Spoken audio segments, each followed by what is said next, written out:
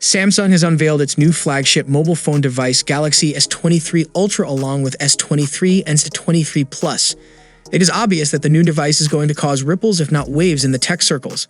The phone world is a lot more complex than simply Apple vs Samsung, but sales figures suggest otherwise.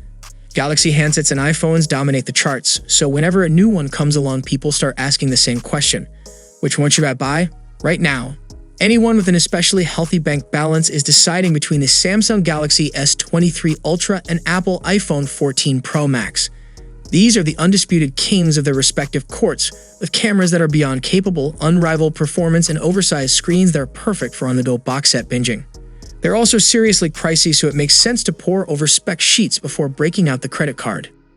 The whole Android vs iOS debate is complicated.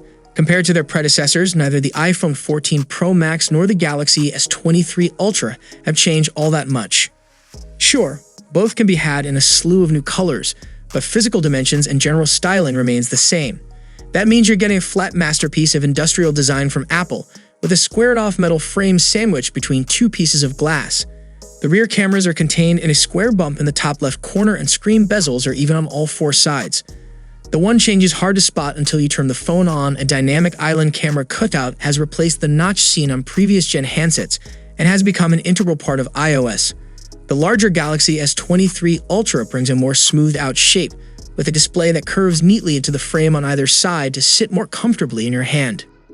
There's still a slot in the bottom for storing the S Pen digital stylus, and it keeps the punch-hole selfie camera at the top of the 6.8-inch display. At the back, the quartet of camera lenses plus laser autofocus module sit freely with no bump or cutout. It's a distinctive look, one you'd have a hard time telling apart from last year's model. Both phones have 120 Hz adaptive refresh rates, and both promise impeccable contrast from their respective old panels. The iPhone 14 Pro Max is protected by ceramic shield glass, which has 4 times the drop resistance of previous iPhone models and is impressively resistant to surface scratches. The Galaxy S23 Ultra is the first phone to use Gorilla Glass Victus 2, which according to maker Corning can survive a 1-meter drop onto concrete, so should be just as sturdy. Apple has the advantage when it comes to brightness, with a peak 2000 nits to the Galaxy S23 Ultra's 1750. Both are exceptionally high for their size, so will do justice to HDR content and be perfectly legible outdoors. Both Apple and Samsung have long said goodbye to headphone ports, so it'll be Bluetooth or a dongle for any private listening on either phone. Samsung supports a wider array of high-quality Bluetooth codecs, though, which might swing it for audiophiles. Now, Apple's own brand Silicon has been powering its handsets since the iPhone 5s a decade ago. The iPhone 14 Pro Max uses the A16 Bionic, a 6-core chip with separate GPU, that absolutely smashes benchmark apps and delivers superb day-to-day performance.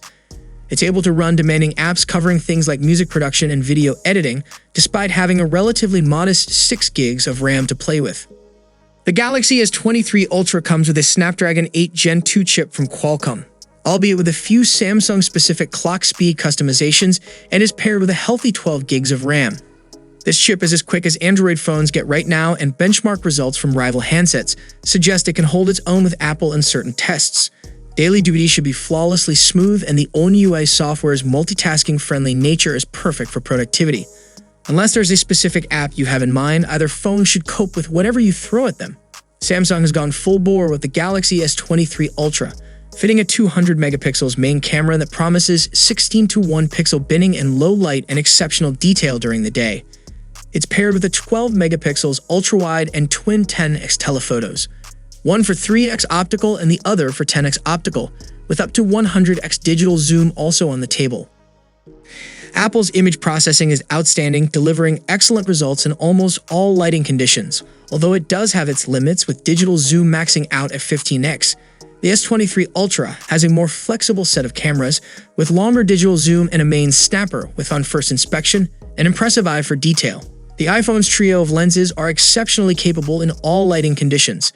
Back-to-back comparisons will have to wait, but Samsung can usually be relied upon to deliver exceptional images.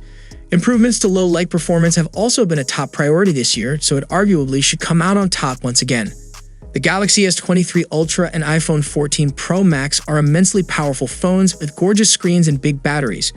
They're both properly premium devices, but there are areas where one takes the lead over the other. If you're after the most features from a phone in early 2023 and don't fancy a foldable, you'd be hard-pressed to choose between two closer matched rivals. If you're already invested in one company's ecosystem, the choice is easy. But if you're agnostic, your decision should boil down to how useful you'll find a built-in stylus. Note takers should absolutely pick up the Samsung, while everyone else will be well served by the iPhone. So that's all for today. If you enjoyed the video, then a sub to the channel will be massive, and I'll see you guys in the next one. See you for the next time. Peace out.